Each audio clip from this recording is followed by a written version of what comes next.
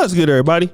It's your boy, O'Shea Duke Jackson, back at it again with another episode of the Celebrity Junk. Today, I want to talk about rapper Big Sean. And of course, he is a popular Detroit rapper. Again, you know, guys, I'm not really into these younger rappers. You know, I'm more for the Keith Murray, Outkast era, Notorious Big. You know, I'm an OG, okay? I like real rap music, all right? I don't know about these young guys today. He might be good.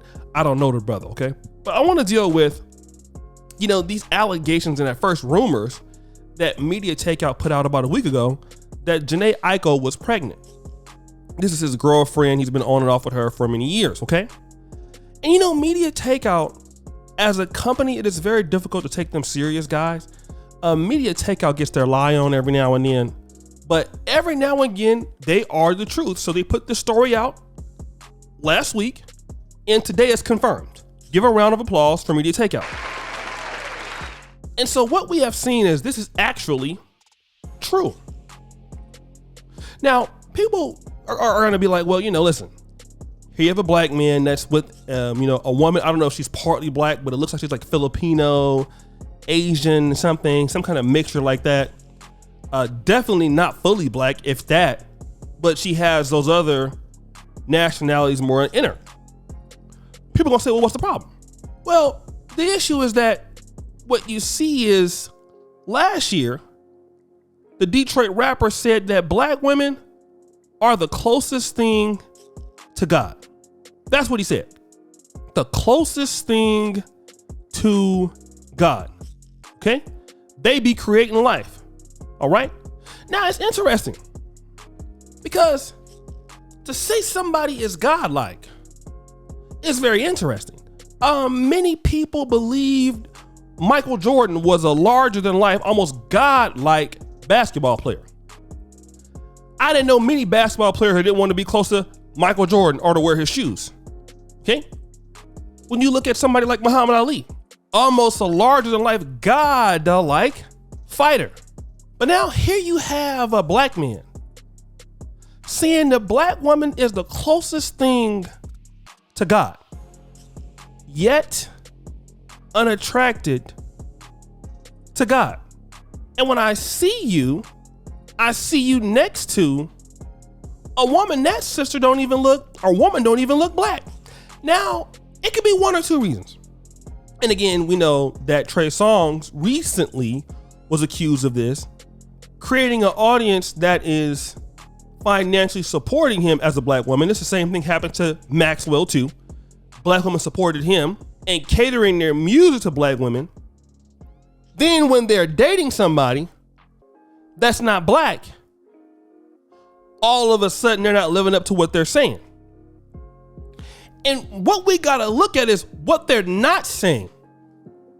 Because we gotta understand, brothers, a lot of our black women out here in America, some of our sisters are suffering from low self-esteem, no matter how fine they are. We have some intelligent black women, very high IQ, in our communities. Some of them are in the labor force. They are professionals.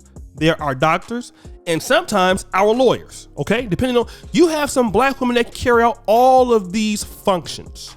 But at the same time, some of our sisters really have low self-esteem. And what you get is some of these brothers out here who understand that particular point where they can cater to them to get their money. And it's just not Trey Songz or R. Kelly or, you know, Maxwell. You got preachers that have created long career off of telling black women what they want to hear. And then when you find out the proclivity of the pastor, cheater, in Eddie Long's case, married but cheating and possibly gay, definitely James Cleveland, gay. Well, you don't like who you say you like. Jamal Harrison Bryant, don't get me started. What are we saying here? It's because what these men are not saying. Why is it their actions different from what you're talking about? Derek Jackson, he's called black women all kind of names in his Instagram. You weave-headed hoe, these sorts of things. You've seen it. Because these men are having secret conversations about dating in the black community on silent. So they can't talk about it for fear of losing their business or fear of losing fan base. So what they try to do is have the best of both worlds. I'm including Shannon Sharpe in this. They talk black and sleep non-black, but they don't tell us the reason why they're sleeping non-black. And if you talk about it, y'all gonna call them a sellout. Somebody like Dr. Umar just gonna call them the C word, COON. Okay? And again, I'm definitely in the Pan-African community. I have the same proclivities as Dr. Umar. Many points, many times. And and absolutely, he may have somewhat of a strong point. The secondary part of that is, some of these brothers are seeing some of the same things that other brothers are seeing, but for fear of losing their position, for fear of losing income, for fear of all of that, this is the reason why. The reason why these brothers are dating somebody else, and they're crossing their fingers hoping that they don't get exposed. If I talk about black women in a nice way, maybe the clapback won't be so hard like it was with Kyrie Irving. Or the clapback don't be so hard like it was with, let's say, somebody else. Jamie Foxx, Robert Smith, the billionaire. See, they're trying to play a fine line, and you can't, like the Bible says, you can't serve two masters. You will love one and hate the other. This is what they're trying to do. They're trying to have their cake and eat it too, but they don't want to get the same kind of hate that Kevin Samuels got. They don't want to tell the truth. And the problem is that these black men are just not colorist guys. I agree, they exist. It's just not a colorist issue. It's a relationship issue. I'm gonna explain why. Some of these men are dealing with women who've seen their parents be together. And their parents, and see, and to be in a relationship is more than just, okay, we having sex. It's an everyday thing. Every day, you're gonna have some problems here and there. But to be functional relationship every day is easier for some of these guys who make a lot of money in other communities than in our community, simply because of how the people growing up. When you're a woman and you've seen your mom and dad interact in a positive way, not saying it's always bad or it's always good, but at least you know how to be in a relationship. You've seen it. A lot of these ladies in our community have not seen it.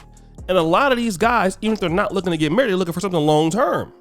And some of our sisters may not be ready for that based off of where they have been raised. That's the big part that nobody's talking about. But it's not always a colorism thing. It's a socioeconomic or culture thing, a relationship culture thing. I might be wrong, guys, but you'll tell me in the comments. What do you guys think? It's your boy, O'Shea Duke Jackson, back at it again with another episode of The Celebrity Junk. I appreciate you for all that you do. Subscribe, hit the bell, check out the first comment at the top, and as you know, the buffoonery remains at an all-time high. I'm out.